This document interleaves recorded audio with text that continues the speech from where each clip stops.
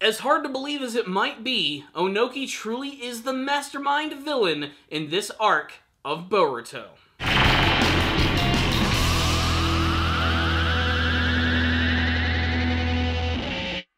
Greetings, my friends! The Mitsuki arc continues yet again, and we finally get to learn the motives behind Ohnoki's plan of taking over the Hidden Stone Village.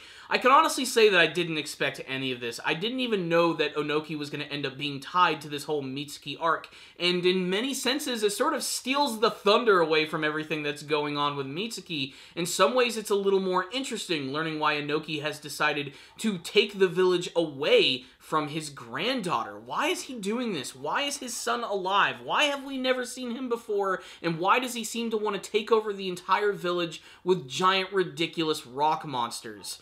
Well, there's actually a backstory behind that. We get to learn in this episode that there was an incident about 5 years prior where the village was attacked by a group of rogue ninja, and a lot of young rock ninja actually lost their lives in this conflict.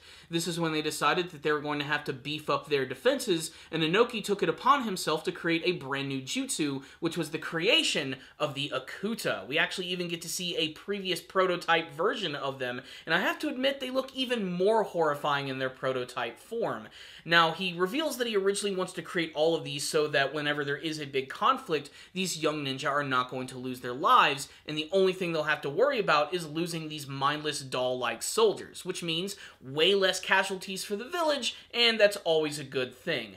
The problem is, these Akuta are incredibly unstable. They suddenly attack each other and anyone that is around them. This is something that Kuratsuchi actually notices immediately and decides to take them out, and telling Ohnoki that they are no longer going to go forward with this plan. She does appreciate his help, but they're not going to do this. The entire point of having an alliance with the other members of the villages is to actually work together as people and not rely on creating giant, ridiculous armies that could potentially take over the entire ninja world. That's one of the reasons why there was such a massive conflict in the previous war with the entire Zetsu army. It just creates a lot of tension amongst the villages.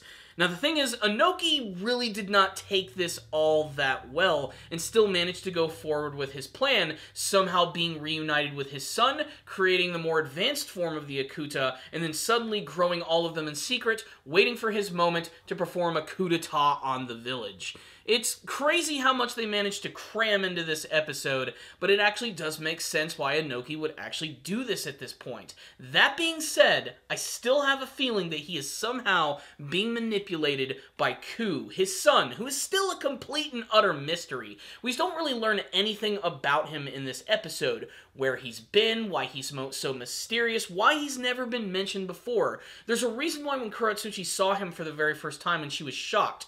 There's something about this character that we don't know quite yet. What we do learn in this episode is that he is a surprisingly competent ninja, being able to wield a giant sword that would be the envy of Ganondorf, not to mention he can even utilize the particle style. This is a really big deal considering that we've only seen Ohnoki and Mu use it thus far in the series, and it's always been known as a very destructive jutsu. It's a Kekai Genkai, of course, and has the ability to just obliterate anything that it touches. And for him to use it to such a fast and quick degree, almost like his father, is pretty freaking insane. It shows that he's not exactly going to be a pushover type of character, despite his goofy giant Wario nose. Boruto and his friends desperately try to appeal to Ohnoki's sense of sanity, but that's definitely not working here, and most of them escape, including Boruto, but Shikadai actually ends up getting captured by the Akuta and thrown in a cell which is covered with all sorts of explosive tags.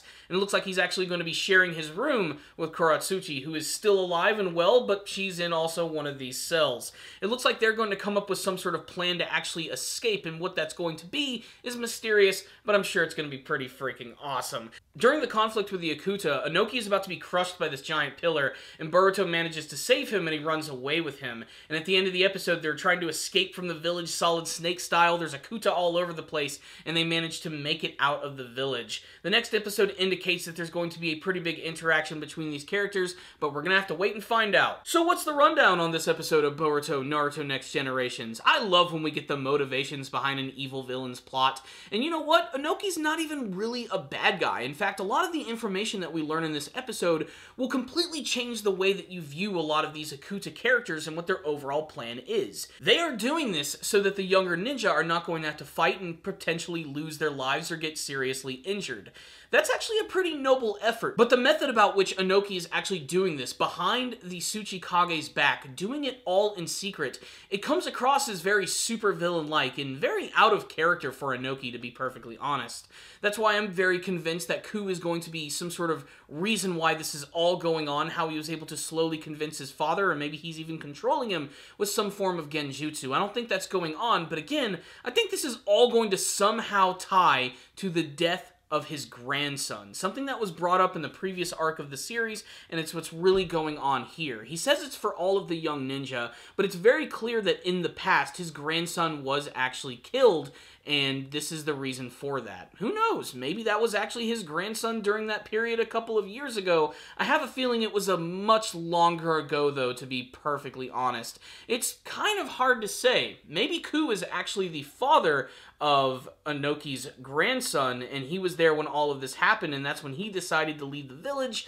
That's probably actually what's going on here, to be perfectly honest, but we'll just have to see how it's all going to wrap up. We also get to learn that cracking the code of Mitsuki is going to be a little tough. One of the scientists who works for Ku, who looks a lot like a weird combination of the Monopoly guy and Dr. Wily, actually does this like weird CAT scan on him and discovers that he has a cursed seal mark inside of his body, so getting to learn those secrets is going to be a little tougher than they thought.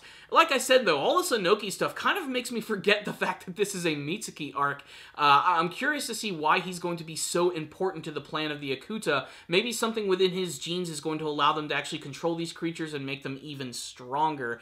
But for him to actually go out of his way to actually, like, kidnap a child and extract their abilities, that seems very un-Ohnoki-like. I don't know. Whatever happened to this Lord Ku guy really messed him up. And like I said, it was probably the death of his son, which is, of course, Ohnoki's grandson. So we're gonna have to wait and find out. What I will say is, this was another pretty good episode of Boruto. Very atmospheric, some fairly solid action, and it's pushing us even closer to the end of this very awesome and surprising arc. I liked this one. I'm giving it a 4 out of 5. I'd love to hear your thoughts about it. You can tell me all of them in the comment section below, and what you hope to see from the rest of the Boruto anime series. Thank you guys for watching this review. I'll see you all next time, and as always, stay down there, baby.